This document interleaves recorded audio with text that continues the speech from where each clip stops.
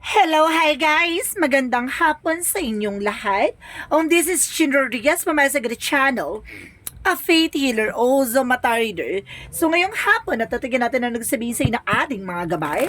This is monthly gabay for the month of February 2024 for the sign of Virgo. So Virgo, welcome to my channel. Ano kayang messages, advices ng spirit guide sa ating masasagap for today's video? Kanina naman kayang energy or kaganapan sa buhay ng mga Virgo ang ating mahagilap. So guys, this reading is a general reading lamang, hindi lahat makaka-resonate. Kunin lamang po ang makaka-relate sa inyo and comment down below kung kaninong energy ang ating nasagap. And of course, don't forget to like and subscribe my channel and hit notification bell for more videos update. And of course, guys, maraming salamat po sa mga nag-share ng aking videos sa mga uri na social platforms. Maraming salamat po. No? So, guys, umpisahan na natin ang laban for the sign of Virgo.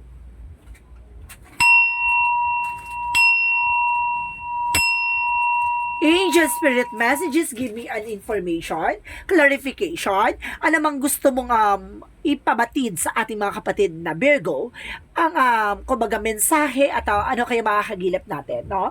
Umpisahan na natin for this sign of Virgo for February 2024. So guys, there's Five of Cups. So guys, there's a regret. No, may mga something disappointment or something pagsisisi or panghihinayang dito, no? And of course, guys, there's Page of Wands. So there's a good news. May magandang balita dito, hatid ang iyong gabay. At sinasabi sa dito, kumbaga, gamay-gamayan mo lang yung magiging decision mo sa buhay. Baka tendency pa kapag sisihan mo sa huli. And of course, there's a narrative, so there's an offer. A proposal, an email, and messages coming in for you with the Two of Pentacles. Maging balanse ka sa lahat ng desisyon or sa anumang offer na ipinagkakaloob sa'yo. And there's a Hermit card, so there's a soul searching. Na may mga bagay naglilinaw sa'yo about sa spirituality. Kumbaga, binibigyan ka ng kasagutan sa anumang uri ng katanungan mo by your inner voice or suddenly kumbaga angels number, angel signs, kumbaga binibigyan ka ng mensahe. And of course, there's a journey for spirituality. And of course, there's a Page of Swords, get more information, no? May mga bagay na kailangan mong alamin, tuklasin. No, let's see what is the Five of Cups. So there's an Emperor. Be mature enough and being grounded. Nang sa ganun, walang regret or walang aw sa pao sa dulo, di ba? Umaga sinasabi dito, gamayan mo, unawain mo yung mga bagay-bagay. Tingnan mo yung magiging advantage and disadvantage ng situation, no? Bago ka mag-take ng action, pag-iisipan mong mabuti. So, let's see what is the Page of Wands. Represent the Eight of Wands. So, represent dito na there's a travel, communication, messages, and email, something like that. Na kumbaga, bibigyan ka ng something good news. And the Four of Pentacles represent the Nine of Cups. So there's of saving money, budgeting. So there's an offer. Kumbaga, marami kang pagkakagastos at this time. So ibig sabihin nito, kailangan mong i-secure yung finances at pangalagaan yung pinaghirapan mo. So let's see what is the Two of Pentacles. So guys, let's see. And of course, sinasabi dito with the Seven of Swords. Mag-ingat ka, maging balance ka. There's a sneakiness, no? May kumukuha ng information sa'yo. Or rather, guys, mayroon nag-cheat or lying sa'yo. Kumbaga, kailangan mo maging balance. Dinidistract ka nito para na sa ganun mawala ka sa focus. And because there's Ace of Swords, there's a breakthrough. There's a mental clarity. Bibigyan ka ng kaliwanagan dito about sa spirituality. Kumbaga, mauunawaan mo na ang nangyayari behind your back. Bakit nangyayari kamalasan? Bakit nangyayari kaguluhan? Bakit nangyayari ang kawalan? Bakit nangyayari ang kumbaga lagi nasasaktan? Or suddenly, bakit nangyayari ang paikot-ikot na eksena na pabalik-balik na lang? So, let's see what is the Page of Swords. And because guys, there's some high priestess. So, there's a hidden agenda or hidden enemies. May mga bagay dito na nakatago, no? Tuklasin at alamin mo yan. There's a hidden agenda and hidden enemies. May mga bagay na kailangan mong alamin at tuklasin. At may mga bagay kang ipapaalam din sa'yo ng ating angel spirit. Kumbaga makinig ka sa inner voice mo, rather sa iyong intuitions, no? Binabatid dito na makikita mo siya sa visions mo. Kumbaga mayroon kang something, kumbaga gut feeling and vibration na mararamdaman dito. At dapat mong tuklasin tuklasin yan. Baka it's a sign or something significant na kumbaga binibigyan ka ng mensahe para maunawaan mo yung mga bagay na nangyari sa behind your back or behind the scenes. So let's see what is the Five of Cups and the Emperor represent the Chariot card. So there's an action. So guys, no, maraming ganap na mangyayari this time. So ibig sabihin dito, maging mature ka and control sa emotion mo. Magkaroon ka ng disiplina sa sarili mo na sa ganun walang kumbaga panghihinayang sa dulo. And of course, alamin, tuklasin mga bagay-bagay bago ka magkumalaw or kumilos. No, be bold and make the first move. No, maging transparency ka rin sa sarili mo even sa mga sa paligid mo. So let's see what is the Page of Wands and the Eight of Wands. So there's a Death card. So there's an ending and a new beginning. So there's a transformation rather. No, may mga pagbabago magaganap dito at magdadala sa'yo ng travel to and good news. Ibig sabihin dito, kumbaga it's either nagkakantay ka ng balita, makakapag-ibang bansa ka. So there's a possible yes. At sinasabi sa'yo dito guys na tatapusin na ang pag-aantay mo. So let's see what is the Knight of Cups and the Four of Pentacles. There's an Ace of Pentacles though. Ibig sabihin dito, it's an offer for new love. So, itong offer na to, kumbaga sinasabi sa'yo, may bagong pag-ibig. May bagong offer and new beginning. No? Protectionan mo yung grounds mo. Protectionan mo kung ano man tong darating sa'yo. Kumbaga sinasabi sa'yo dito, mag-ingat ka. Baka maagaw ulit tayo ito. And because there is a Ten of Cups, so there's a happiness, no? Magiging masaya ka this time. So, maging aware ka lang kasi there's an information na kumbaga, may kumukuha ng information sa'yo para sirain ang magiging eksena mo. So let's see what is the Hermit card in the Ace of Swords. So there's the Seven of Pentacles, harvest time.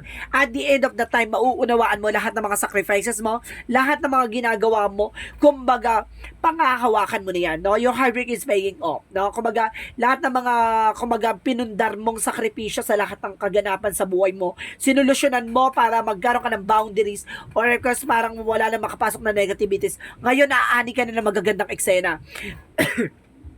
Excuse me.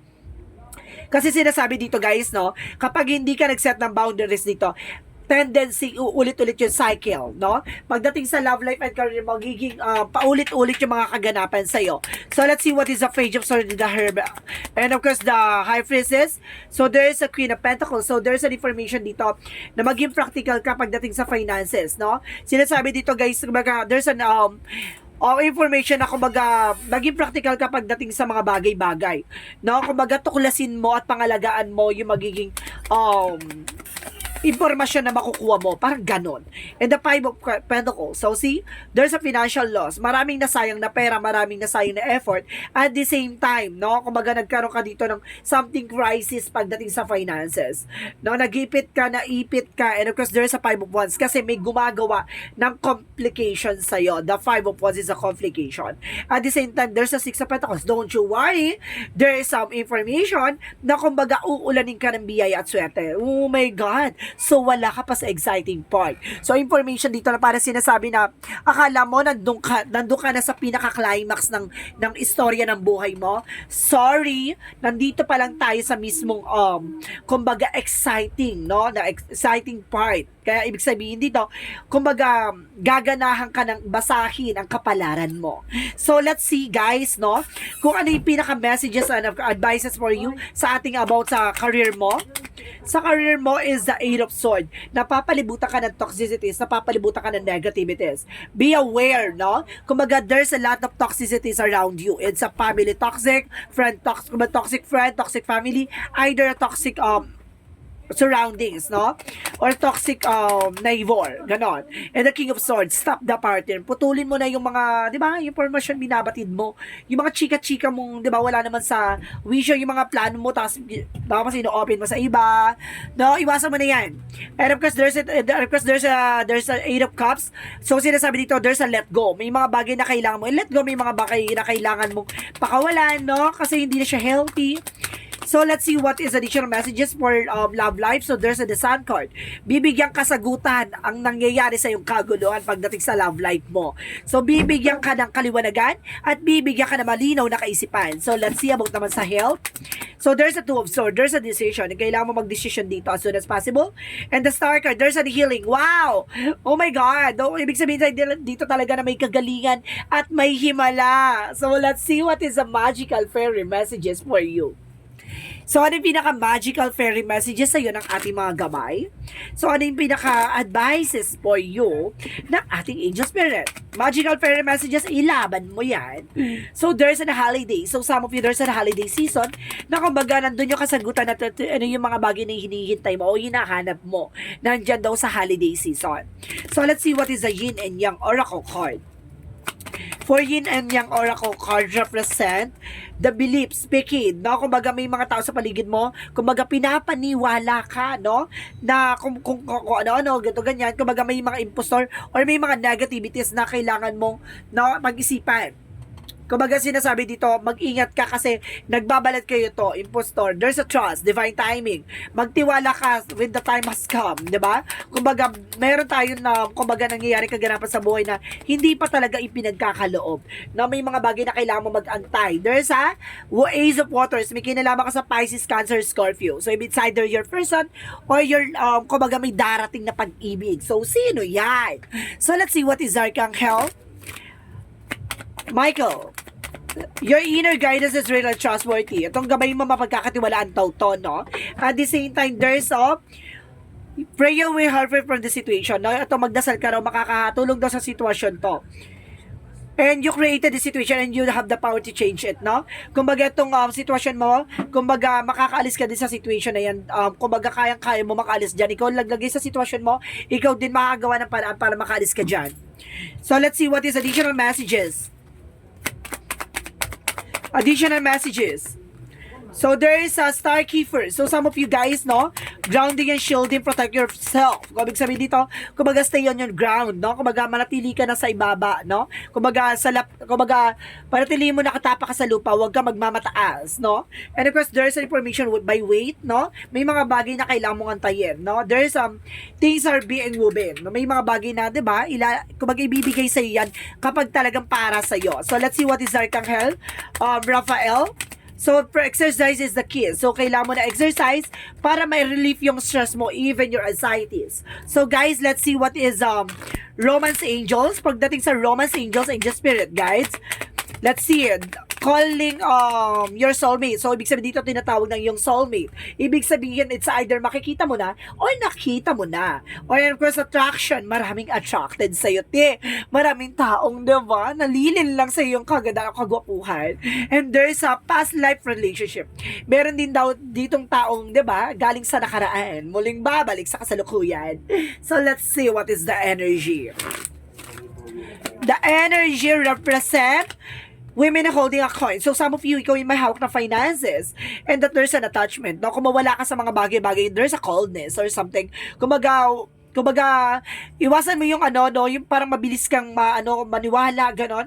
And there is a door to the personal healing and happiness. Bukas ang pintuan para sa iyong kagalingan at kaligayahan. So, let's see what is additional messages. Additional messages represent blame. May mga bagay na dapat, kumbaga, itanggapin mo na lang, no? Wala ka dapat sisihin. There's a responsibility, no? Kumbaga, responsibilidad mo yan, i-accept mo yan. There's a courage, no? May mga bagay dito na kailangan mo lakasan ng yung confidence, no? Lakas ng loob at maging matapang. And there's a denial, no? I-acknowledge mo yung fear, palitan mo yung replace of awareness, no? Kumbaga, maging aware ka lang sa mga nangyayari sa'yo, hindi sa natatakot ka, no? Kumbaga, ayaw mo lang ulit mangyari yung mga bagay na nangyari na from the past. And of course, there is an infinite abundance. So, di ba? Pagdating sa kasaganahan sa'yo, hindi malabong magtagumpay ka. Kasi, kumbaga, nandun ka sa part na masipag ka at mabait ka, no? Marami lang tao talagang naiinggit behind your back, no? At the same time, there's protected. So, kailangan mong proteksyonan yung sarili mo, no? And of course, proteksyonan kung ano man na meron ka, even your love life. So, ibig sabihin, kapag alam mo ng something, worried ka sa love life mo, magpakonsulta ka sa spiritista or either sa mga manggagamot, baka ginagawa ng gayo may person mo. Mag-ingat ka po. No? So, let's see. What is additional messages? And of course, siguraduhin niya lang yung makukuha yung yung hindi rin siya ma-attract sa person mo. Parang gano'n. Kasi meron ako na sense na ganyan minsan. And of course, there is environment. May mga bagay dito na kumbaga nasa paligid mo lang, no? Ang kumbaga, ang toxic. And of course, there is the sun card. Double clarification namin the sun card din dito na nagbibigay ng kumbaga kaliwanagan at kaliwanawan sa lahat na nangyayari sa'yo. At the same time, there's a trouble, no? May trouble ka talaga and there's a journey, no? Kumbaga talagang kasama siya sa buhay mo ang mga gala at mga travel, no? It's either makakapang-ibang bansa ka or saan ka lupalop ng lugar dito sa Pilipinas makakapunta. And there's a prayer, no? It's either nagdadasal ka or pinagdadasal ka. Or kailangan mo magdasal. And there's a discoveries. Marami kang kailangan madiskubre. Marami kang dapat alamin. Marami kang dapat tuklasin. And there's a perseverance. Kailangan mo rin magtiyaga, no? Kapag may tiyaga, may nilaga. Ibig sabihin dito, guys, no? Kumbaga, hindi sa lahat ng oras, kumbaga, madali mo makukuha isang bagay. May mga bagay na kailangan mo mag-antay. Diba? Ganun talaga. So, let's see what is the Monsology. A personal issue reaches resolution, no? Pagdating sa mga personal na problema mo ay masusolusyonan mo na. And conclusion are within reach. Tama yung hinala mo. Tama yung pangamba mo. Tama yung intuitions mo. So let's see what is the Jesus loving quotes. Pagdating naman sa Jesus loving quotes, guys, sinasabi dito, be not afraid, only believe, no? Only believe. Sinasabi sa'yo dito, guys, no? Huwag kang matakot, no? Kumbaga, maniwala ka lang sa lahat na nangyari sa'yo ay may ibig sabihin at may kahulugan. May mga bagay lang talaga, marunong ka dapat magantay at magtiyaga sa kung ano man ang meron ka sa kasalukuyan. May mga bagay talaga na, kumbaga, iaalis ni God sa'yo. Kaya magtataka ka, di ba? May mga tao ka nakikilala tapos biglang nawawala na lang kasi instrumento rin sila ni God para hubugin ka. At kumbaga, subukin ang iyong katatagan at iyong, kumbaga, tiwala, no? Kumbaga, susubukan nilang alisin ang tiwala mo sa sarili mo. At the same time, yung paniniwala mo na kaya mo. So, let's see what is the angel's answer. So, success. So, see, there's a success coming your way. Na magsasuccess ka, don't you worry. At the same time, guys, there's a yes.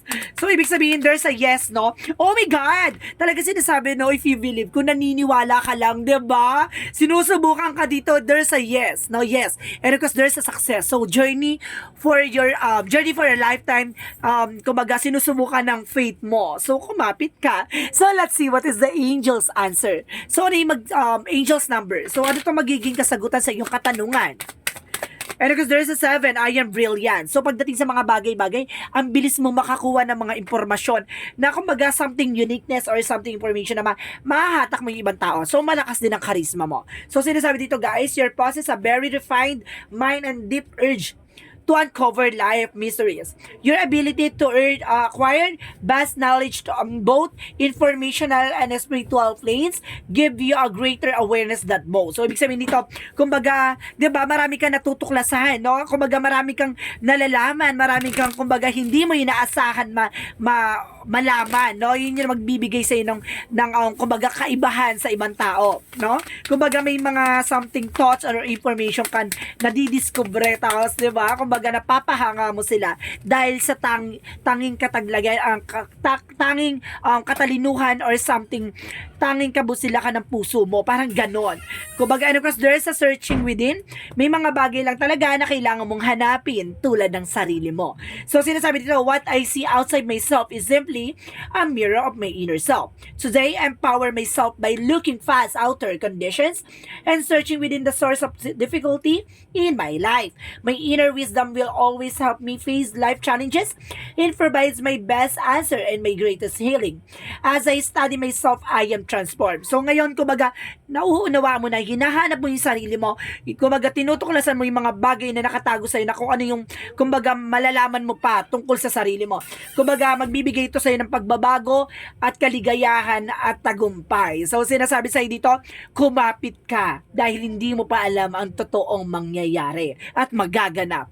So guys, this is monthly gabay for the month of February 2024 for the sign of Virgo. So Virgo, maraming salamat for your wonderful reading. So this reading is a general reading lamang, hindi lahat makaka-resonate. Kunin lamang po makaka-relate sa inyo and comment down below kung kaninong energy ang ating nasagap. Maraming salamat guys sa mga walang sawang pagsuporta sa aking channel. Lalo-lalo na hindi nag-skip ng ads. Naway pagpalagi kayo na Diyos at may kapal. Siksik, liglig na gumapang biyay man nabalik sa inyo. Of course guys, don't forget to like and subscribe my channel and hit notification bell for more videos update. And of course, maraming salamat po sa mga nag-share ng aking videos sa mga uri na social media platforms. Maraming salamat po. And see you in the next video. Bye-bye. And babush.